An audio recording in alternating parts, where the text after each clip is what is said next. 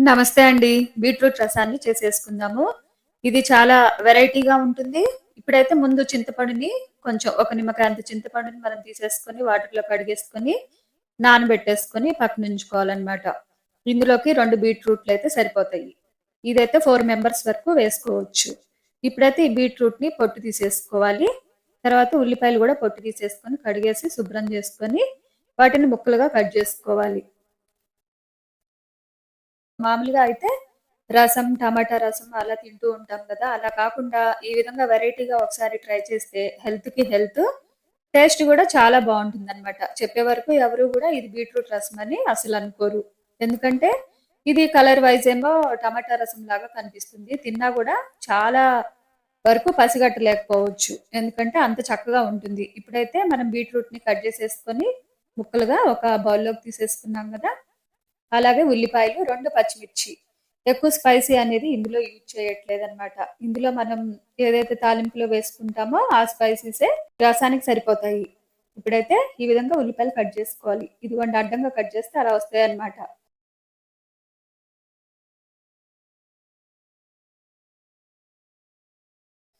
ఇప్పుడైతే ఒక కుక్కర్‌ని స్టవ్ మీద పెట్టేసుకొని కొంచెం ఆయిల్ వేసుకోవాలి. మరీ ఎక్కువ వద్దండి. 2 టీ స్పూన్ల ఆయిల్‌ని వేసేసుకోవాలి. వేసుకొని ఒక 4 ఎండుమిర్చిని కట్ చేసుకొని వేసుకోవాలి. ఆ తర్వాత అర స్పూను ధనియాలు వేసుకోవాలి. తర్వాత అర స్పూన్ పచ్చిశనగపప్పు వేసుకోవాలి. ఆ తర్వాత పావు స్పూన్ మిరియాలు వేసుకోవాలి. తర్వాత పావు స్పూన్ మెంతులు గూడా వేసేసుకోవాలి. ఇవన్నీ గూడా ఫ్రై అవుతుంటే ఒక పావు స్పూన్ జీలకర్రని గూడా వేసేసుకోవాలి. ఇవన్నీ ఏంటంటే రసం పౌడర్‌కి సంబంధించినవన్నమాట. ఇవి ఇందులోనే మనం ఫ్రై చేసేసుకొని స్ట్రైనర్‌లో స్ట్రెయిన్ చేసేసుకుంటే చాలా టేస్టీగుంటుంది. ఇప్పుడైతే చివర్లో కరివేపాకు వేసేసుకున్నాం గదా! వేసుకొని ఈ బీట్రూట్ ముక్కలు గూడా వేసుకొని కొంచెం సేపు వీటిని వేగనివ్వాలి లైట్‌గా కలుపుకుంటూ. ఇది సైడ్ డిష్‌గా బావుంటుంది. హెల్త్ పర్పస్ గూడా చాలా బెనిఫిట్స్ ఉంటాయి. ఎందుకంటే పిల్లలు చాలా వరకు ఈ బీట్రూట్ అంటేనే తినటానికి ఇష్టపడరు. అలా కాకుండా ఈ విధంగా మనం చేసేసి ఇస్తే పిల్లలు పసిగట్టలేరు కాబట్టి చాలా ఇష్టంగా తింటారు.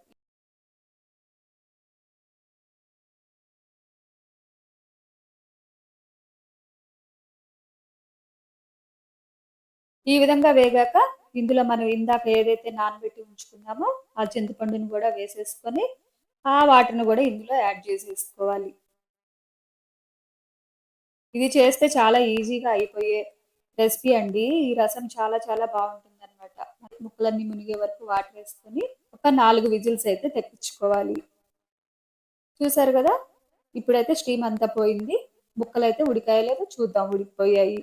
ఇప్పుడు దీన్నైతే మిక్సీలో వేసుకొని బాగా మెత్తగా పేస్ట్ లాగా మిక్సీ పట్టుకోవాలి. ముందైతే ముక్కలు వేసుకొని క్రష్ చేసుకున్నాము. ఆ తర్వాత వాటిని కూడా యాడ్ చేసుకోవాలి. ఇంకా కావాలంటే ఇంకా కొంచెం వాటిని యాడ్ చేసుకొని మనం మెత్తగా పేస్ట్ లాగా మిక్సీ అయితే పట్టేసుకుందాం.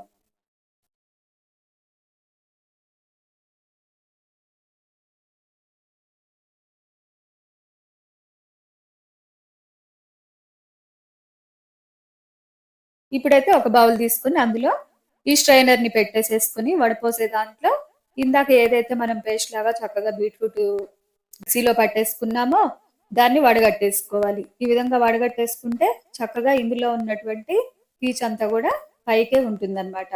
కొంచెం వాటర్ మిక్స్ చేసుకొని మళ్ళొకసారి ఈ విధంగా మొత్తాన్ని గూడా మనం స్ట్రెయిన్ చేసేసుకోవాలి. ఇప్పుడు చూసారా పిప్పంతా గూడా పైకొచ్చేసింది. ఈ మసాలా తాలూకా తొలకలు గూడా మనకి ఇందులో తగలవన్నమాట. ఇప్పుడైతే సరిపడా వాటర్‌ని దీంట్లో యాడ్ చేసేసుకుందాం. ఎందుకంటే అవి బాగా చిక్కగా ఉన్నాయి గాబట్టి, ఇంకా వాటర్‌ని గూడా మనం యాడ్ చేసుకోవాలి. ఈ విధంగా యాడ్ చేసుకొని స్టవ్ వెలిగిచ్చేసుకొని దాని మీద ఈ బౌల్‌ని ఉంచేసుకుందాం. ఇప్పుడైతే ఇందులో ఉల్లిపాయ, పచ్చిమిర్చి ముక్కల్ని వేసేసేయాలి. దీంట్లో సరిపడా కల్లుప్పుని వేసేసుకుందాం.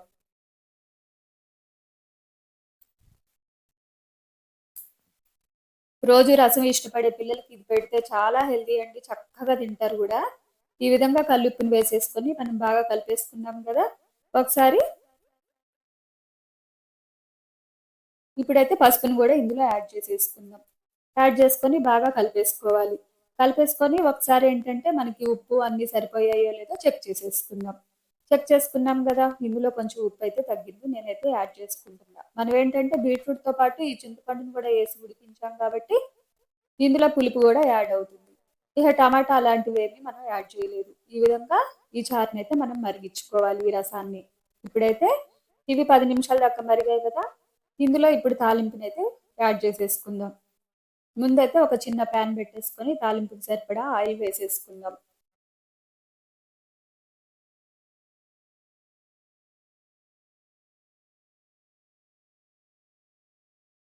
వేసుకున్నాక అందులో ఎండుమిర్చిని కట్ చేసుకొని వేసేసుకోవాలి. ఆ తర్వాత తాలింపు గింజల్ని వేసుకొని ఫ్రై చేసుకోవాలి. తర్వాత క్రష్ చేసి ఉంచుకున్న వెల్లుల్లిపాయ రెబ్బలు ఒక 5-6 రెబ్బల్ని బాగా క్రష్ చేసేసుకొని వాటిని కూడా ఇందులో యాడ్ చేసేసుకోవాలి. చివరగా కరివేపాకును కూడా ఇందులో వేసేసుకోవాలి. వేసేసుకొని బాగా ఈ తాలింపు అంతా కూడా చక్కగా ఫ్రై అయ్యే వరకు కలుపుకోవాలి. కలిపాక దీనికి ఎక్స్ట్రా టేస్ట్ ఏంటంటే ఇంగువ. ఇంగువను కూడా యాడ్ చేసేసుకుందాం. ఒక 2 చిటికలు, పావు స్పూన్ అనుకోండి, పావు స్పూన్ ఇంగువను కూడా ఇందులో యాడ్ చేసుకోవాలి. చేసేసుకొని ఈ తాలింపుని ఇది కూడా కొంచెం ఫ్రై అయినాక ఈ తాలింపుని ఈ రసంలోకి వేసేసుకుందాం. చూసారు కదా ఎంత బాగా ఫ్రై అయిందో. ఇప్పుడైతే దీనిని రసంలో వేద్దాం. చూసారు కదా తాలింపు వేస్తే చాలా గుమ్మగుమ్మలు వస్తాయండి. ఇప్పుడైతే ప్లేట్ పెట్టేసి ఒక్క నిమిషం పాటు తీసేద్దాం. తాలింపు వేసాక కూడా ఒక 5 నిమిషాల పాటు ఈ రసాన్ని అయితే మరిగించాలి. అంతేనండి. చివరగా మనం కొత్తిమీరని కూడా వేసేసుకొని స్టవ్ ఆపుకొని సర్వింగ్ చేసుకోవటమే. ఈ విధంగా సర్వింగ్ చేసుకొని పిల్లలు కానీ పెద్దలు కానీ ఎవరు తిన్నా హెల్దీయే. బీట్రూట్ తినాలంటే ఎవరికి తినాలనిపించదు కదా! ఈ విధంగా ట్రై చేసి చూడండి.